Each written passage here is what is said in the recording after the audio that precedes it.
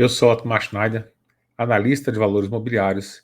No vídeo de hoje, a gente vai falar sobre um assunto que é muito interessante, em busca dos juros reais, né? E se você gosta desse tipo de conteúdo, aqui embaixo você vai encontrar os links para os meus relatórios semanais de fundos imobiliários e os relatórios quinzenais de FIP e de FINFRA, além do link para a nossa comunidade do YouTube. Vamos lá para o nosso vídeo de hoje.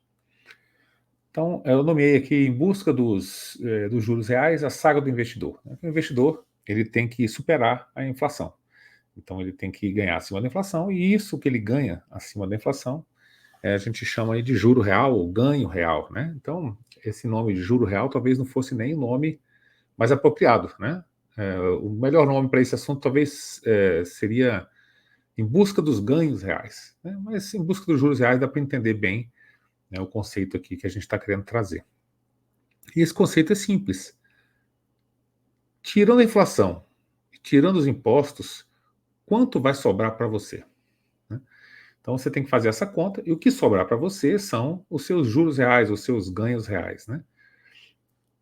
O bom investidor ele vai sempre buscar essa melhor relação, né? Aonde que vai estar essa melhor relação? Então, se eu consigo ter um terço da volatilidade, né, no mercado de fundo imobiliário, ele está instável e o momento econômico ele não é muito bom, né? Então eu consigo ali ter um retorno interessante. Ah, não, mas o mercado está péssimo, está tudo muito arriscado, eu tenho os títulos do Tesouro, com juro real ali de determinado valor.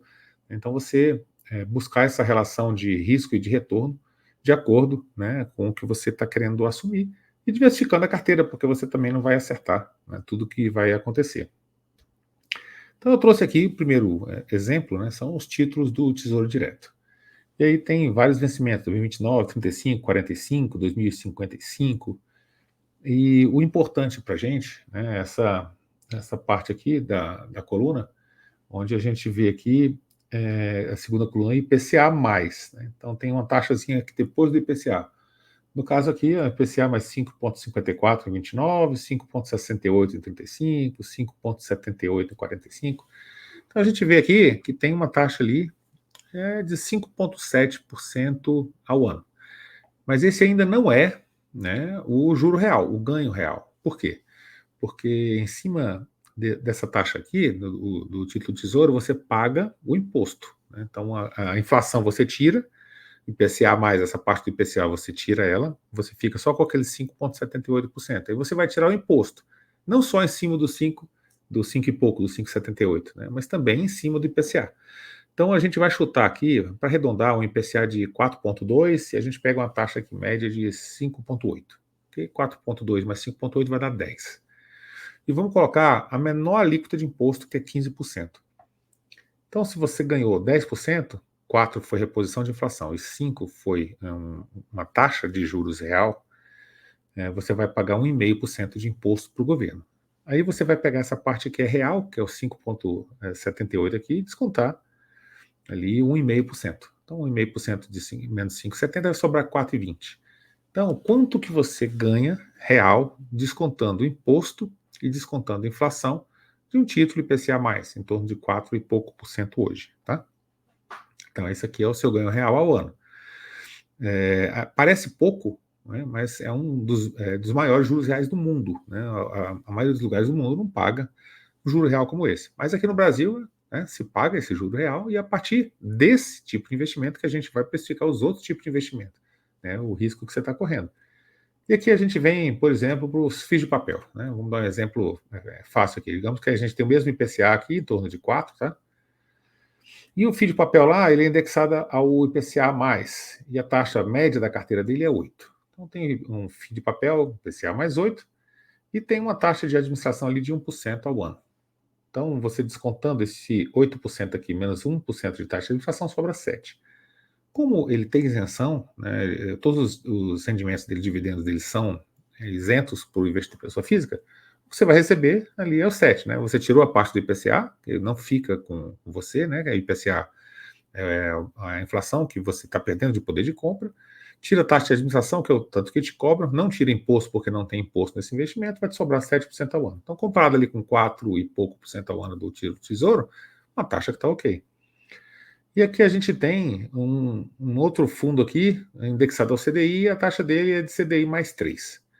Aí vamos chutar aqui, que o CDI, na verdade, é o CDI para frente, que a gente tem que fazer o cálculo, né? A gente sempre tem que olhar os números para frente. E digamos que a média de CDI para frente, aí, para um próximo ano, 2 anos, seja de 9. Né? O pessoal fala de 9,5, 8,5, 10, né? Vamos chutar um valor aqui que a gente não tem como saber, não tem como ter certeza, colocar o valor ali de 9% para o CDI, que é aproximadamente a nossa taxa Selic. Então, se você tem 9, né, e a taxa desse fundo aqui é 3, 9 mais 3 dá 12. Aí você desconta os 4 da inflação, sobra 8.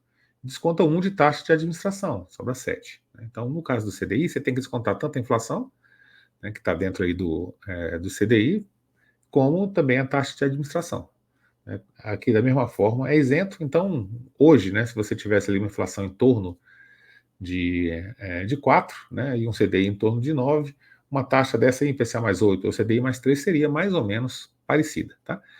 Lógico, pessoal, eu estou fazendo essa conta aqui de forma bem grosseira, não é assim que você faz uma conta de juros, né? Você não pode simplesmente reduzir 1 menos 8, 8 menos 3 não dá 5, né? Você tem que, uma divisão que você faz, você tem que somar 1, fazer um percentual, é uma conta mais complexa, mas aqui dá para arredondar, né, para facilitar as contas aqui para vocês. Né? Então, FII de papel, em torno de 7%, e o título de tesouro em torno de 4 e poucos por cento. Né? Você corre mais risco com FII de papel, lógico, recebe ali um pouquinho mais de retorno também. E vamos colocar aqui um FII de tijolo, vamos colocar uma média de valores aqui também, é um chute, tá? Então aqui a gente vai colocar um dividend yield de shopping center de 8,5, de logística de 9, de FII de varejo, por exemplo, de 9,5. Tem outras classes de ativo, né? O dividendo nem sempre é esse, aqui é só serve como exemplo, tá? E aqui nos FII de tijolo, o que a gente vai fazer? A gente vai admitir que o dividend yield, ele é o juro real, é o ganho real. E que a inflação está no tijolo. Então, um fundo imobiliário que paga ali, sei lá, um tijolo que paga 7% ao ano, seria como se fosse o IPCA mais 7. Aí você tira a parte do IPCA que fica no tijolo. Né? Por que fica no tijolo? Porque o imóvel tende a se valorizar pela inflação ao longo do tempo, porque você tem o INCC na ponta para construir e você tem o reajuste dos contratos de aluguel na outra ponta para o proprietário. Né? Então você tem inflação nas duas pontas, você arredonda a conta. Né? Você fala que no longuíssimo prazo tende a ser próximo ali da inflação. Tá? Não é uma verdade absoluta. Né? Tem vários ciclos, tem ciclo que valoriza muito mais do que a inflação, igual esse 2023. Fundo imobiliário e FIX deram 20 e tantos por cento, 30%. A inflação não chegou nem perto disso. Mas teve outros anos que a inflação foi muito alta e que o retorno foi até negativo, né, do fundo imobiliário. Aí, na média, vai dar mais ou menos isso. E aí você tem o juro real, né, dos FII de tijolo aqui, sei lá, 9, 8 e pouco, 8. Você fala, talvez um pouco maior, né, do que o FII de papel, né? Sim, mas por quê? Normalmente, o que acontece com o FII de papel? Se alguém ficar inadimplente, você tem a garantia, você pode executar o imóvel normalmente é pego a garantia dele por um valor menor do que o da dívida, né? Então, o imóvel é desvalorizado, quando você pega na dívida, você pode vender ele e você consegue recuperar. Né? A inadimplência de um FII de tijolo, você coloca na justiça, você consegue recuperar. O que seria um paralelo, né, à inadimplência do FII de tijolo? Ele seria a vacância no FII de tijolo. Né? Então, a inadimplência no FII de papel seria o problema da inadimplência do FII de papel seria mais ou menos o problema da vacância no FII de tijolo. Só que o FII de tijolo, quando ele fica vago, né, tem sei lá, 20% de vacância, 30% de vacância, e o dividend yield dele está baixinho naquele ano, aquilo você não recupera, o fundo está vago, ninguém está te devendo nada, não está alugado. Né? Então é um valor que você acaba não recuperando. Então, no tijolo, você corre um pouquinho mais de risco do equity, digamos assim. Né? Tem um probleminha, tem que fazer uma reforma, tem que fazer não sei o quê. E o FII de papel não, é renda fixa, você tem um contrato, o cara tem que te pagar, você tem uma garantia, o cara vai executar. Né? Então, acaba que fica mais ou menos ali elas por elas, né? O FII de papel e tijolo. Eles são duas classes que elas se complementam muito bem porque elas funcionam de forma diferente, cada um está numa ponta. Né? E isso é interessante, por isso que a gente acaba tendo que diversificar entre esses dois, o papel e o tijolo. E aí a gente vai falar um pouquinho, né, na conclusão aqui agora. Os títulos tesouro, eles são o ativo com menor risco. Então não tem nada com risco menor do que os títulos do tesouro no Brasil. É o risco soberano que a gente fala, né, o risco mais baixo que existe. A partir dele, né, o pagamento do que ele tem, que você começa a aceitar mais dinheiro para correr mais risco. Então, se um título ali do Tesouro está pagando 4 de juro real, você tem que investir em FII de papel para ganhar 6, 7, não para ganhar 3, né? Um FII de tijolo para ganhar também mais acima do que pagaria o título do Tesouro. Em um momento de queda de juros, o tijolo ele tende a performar melhor, né? Então, você tem uma apreciação. No momento de queda de juros, você tem a apreciação. Os imóveis eles ficam mais caros. Por quê? Porque o empréstimo, o preço do dinheiro está mais barato, as pessoas tomam mais dinheiro para comprar mais imóvel. Você aumenta a procura, né, a demanda por imóvel, o preço do imóvel ele tende a subir. No momento de alta de juros, que é ao contrário, tem inflação, tá crise, está todo mundo subindo taxa de juros, né? Está todo mundo segurando gasto. Então, nesses momentos, né, o CDI vai subir, então o prêmio do CDI no FII de tijolo vai subir também, as taxas vão subir, então o tijolo ele acaba performando, aliás, desculpa, o papel ele acaba performando melhor, né?